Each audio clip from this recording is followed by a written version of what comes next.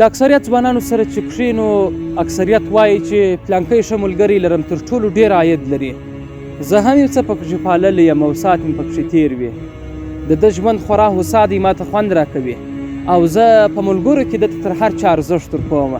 دا یو ډېر غیر مناسب او غیر معقول بې ځایه دلیل دی او یوازې تکیه پر مادیاتو د بیا د بل پر مادیاتو باندې. تاسې که غواړئ ملګري وټاکئ، په ژوند کې مو خورا ملګري ډېر واوسېږي، داسې ملګري وټاکئ چې په دنیا او آخرت کې په ښه درسي. نو معیار یې څه شی دی؟ د یو کس غواړئ چې ملګری وټاکئ، معیار یې پوهه، هوښیارتیا، پراخ فکر او د هغه تر څنګ تقوا یې معیار وګرځوئ. دغه ملګري به نه یوازې په دې دنیا کې بلکې په هغه دنیا کې به هم ستاسې د سوکالۍ سبب ګرځېدلي وي او تاسې به د دوی په شتون کې ډېر څه ترلاسه کړي وي.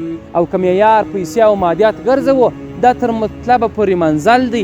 که په دې پوه سول چې ته راسره ملګری هم د هغه مادیاتو دپاره هم د ملګرتیا لاس درڅخه ایله کوي او پر ایله لویه لاره دې پرېږدي، ستا خیر او شر بیا نو ته پوه سولې او هغه ستا خپل اختیار پوه سو. راځئ په ملګرتیا کې اساس، هوښیارتیا، پوهه، فکر او تقوا معیار وګرځوو.